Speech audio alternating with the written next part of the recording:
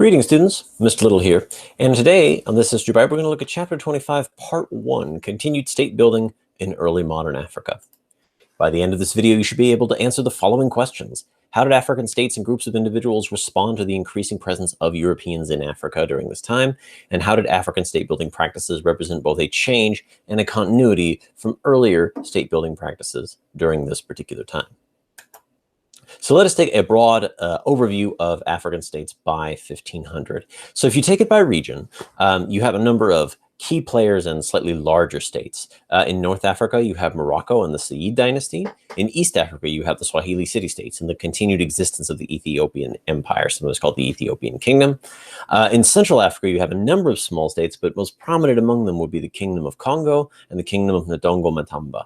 And in West Africa, you have the last of the great plains empires in the form of the Songhai Empire. So let's take a quick look at these. Here's a map that sort of illustrates where exactly you can find each of these groups. And let's talk really quick about the Songhai Empire. So the Songhai Empire is usually considered to be the last of the great West African empires that spread across the plains.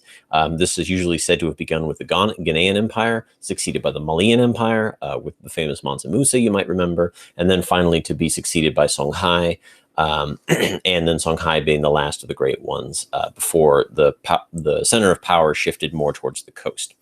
The founder of the Songhai Empire, Sunni Ali, founded the empire by taking control of Gao from the Mali Empire. And you might remember that Gao was the trading center that allowed Mansa Musa to take control of the trans-Saharan trade route.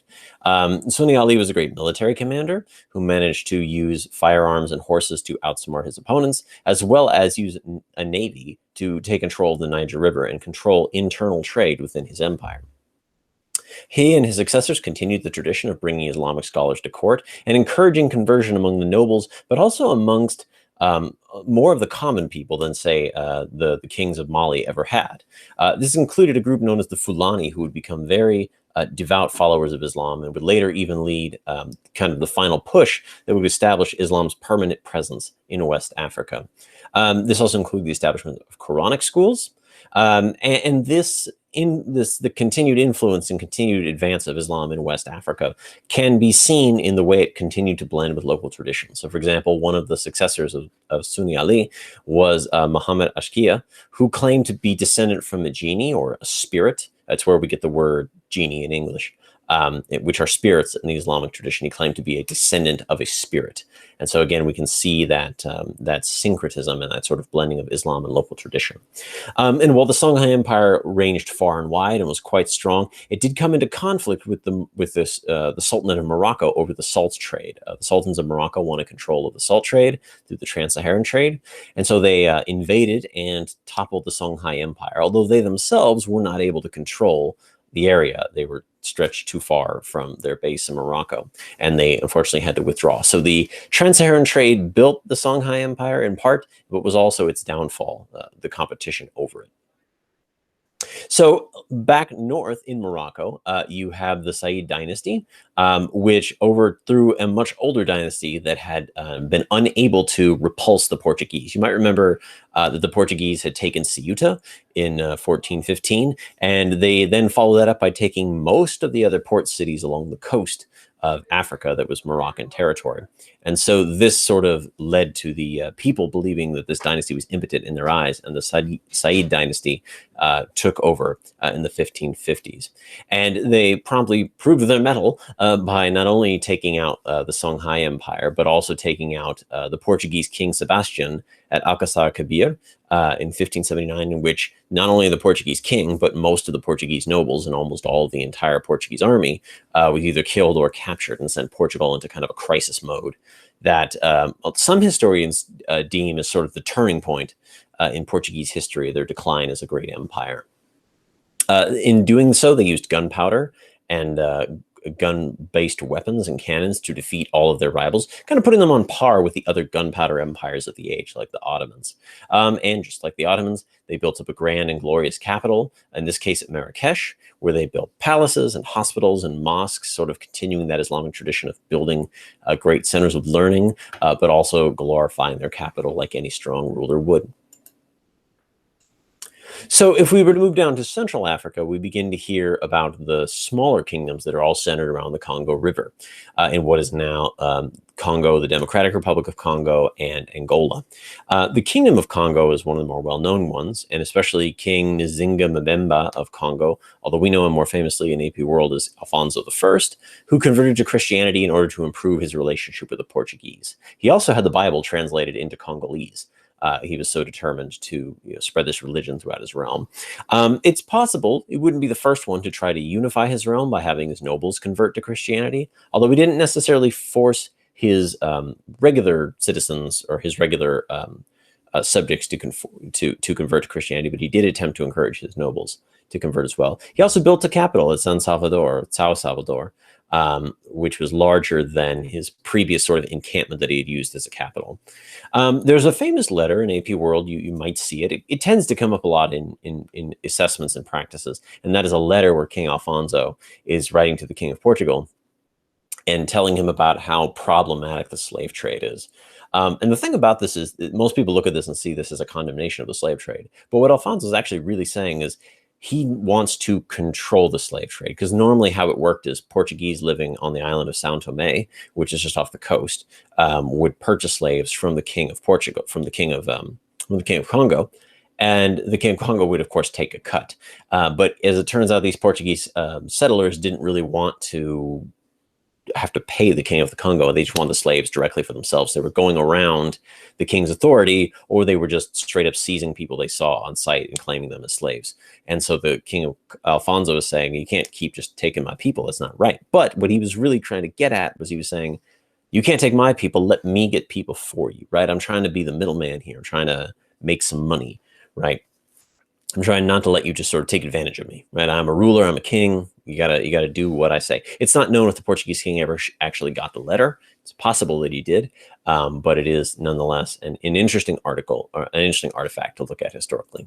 A little bit further south from the Kingdom of Congo, you have a smaller kingdom called Ndongo-Matamba, which was also attempting to resist the Portuguese. And in this case, they didn't really have any treaties with the Portuguese. The Portuguese were just sort of going in, launching raids, and attempting to take slaves where they could, not always successfully. It's worth noting that most times that Europeans tried to just straight up go in and kidnap people, it didn't always end well.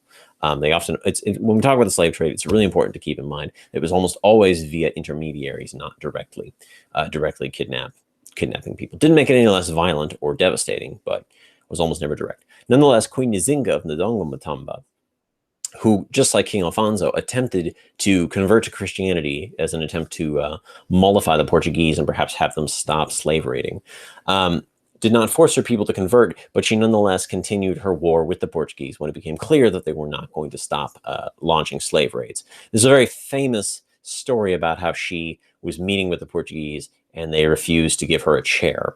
They were going to have her sit on a mat. And she famously said, like, no, I'm not going to do that. And so she had one of her servants form a chair and she sat on her servant for the negotiations. Very cool story. She also, like many rulers who were women in ye olden days, she utilized traditionally masculine ruling practices as a way to sort of assert her legitimacy. She was said to wear men's clothing. She was also said to have kept a male harem, so kind of the reverse of a female harem. She also attempted to negotiate an international alliance with the Dutch to defeat the Portuguese. You might remember the Dutch and the Portuguese were international rivals. And in this case, the Dutch were more than happy to try to supply her with weapons in order to beat their rivals. And though she was never able to defeat the Portuguese decisively, she was able to keep them at bay for much of her life and establish her kingdom as a haven for escaped slaves. She is considered a hero in modern-day Angola. There are many statues of her all over the country as a symbol of resistance. If we head over to East Africa, the still existing Swahili city-states, unfortunately, fell victim to the Portuguese in the Indian Ocean. In 1505, one of the major Portuguese armadas that regularly made their way into the Indian Ocean forced almost all the cities to submit, sometimes peacefully via negotiation, sometimes via a very large bombardment with cannon. But either way, almost all of the Swahili city-states were incorporated into the Cartazes system. That's the passport system of the Portuguese Indian Ocean trade.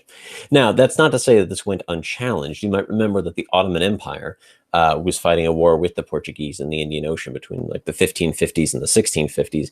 And in the 1580s, one particular campaign almost drove the Portuguese out of every single city in the Swahili city-states. It didn't quite fail. The Ottoman Navy was defeated. But that's not to say that this domination went contested. Right, the domination of East Africa was not uncontested. There's also the interesting case of the state of Ethiopia. Now, you might remember Ethiopia as developing out of Aksum, which was that medieval trading empire that's located on the corner of the Red Sea and the Indian Ocean. Now, the tip of the Horn of Africa had been populated by Arabs who had converted the local Somalis to Islam and set up several sultanates. And these went to war against Ethiopia, which was still ostensibly Christian at the time. And so the emperor of Ethiopia, which had now made contact with the Europeans, if you remember, one of the big objectives of the Europeans in this age of exploration was to go out and find the legendary king of Africa, aka Prester John, who probably was the king of Ethiopia. But now we're talking the real emperor of Ethiopia, appealed for help against the Somalis from the Portuguese, who sent him, I believe, 100 musketeers to assist in battle. And the Ottomans then, in turn, assisted the Somali Muslim sultanates by sending them soldiers and supplies. And so you actually have a proxy war going on in the Horn of Africa between the Portuguese and the Ottomans, backing their local allies. And in the end, despite capturing and killing the Ethiopian emperor, and despite burning the Ethiopian capital, the Somalis are forced to withdraw after their leader is killed. The succeeding emperor, Susenyos I, agreed in exchange for Portuguese help to convert to Catholicism.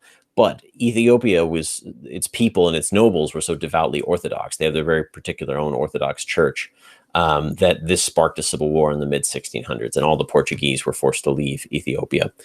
And so that proxy war kept the Ottomans at bay, but did not deliver the decisive victory I think the Portuguese would have hoped that it did. Anyways, you should be able to answer those two essential questions. I want to thank you for joining me. I hope you've learned something, and I hope I'll see you next time.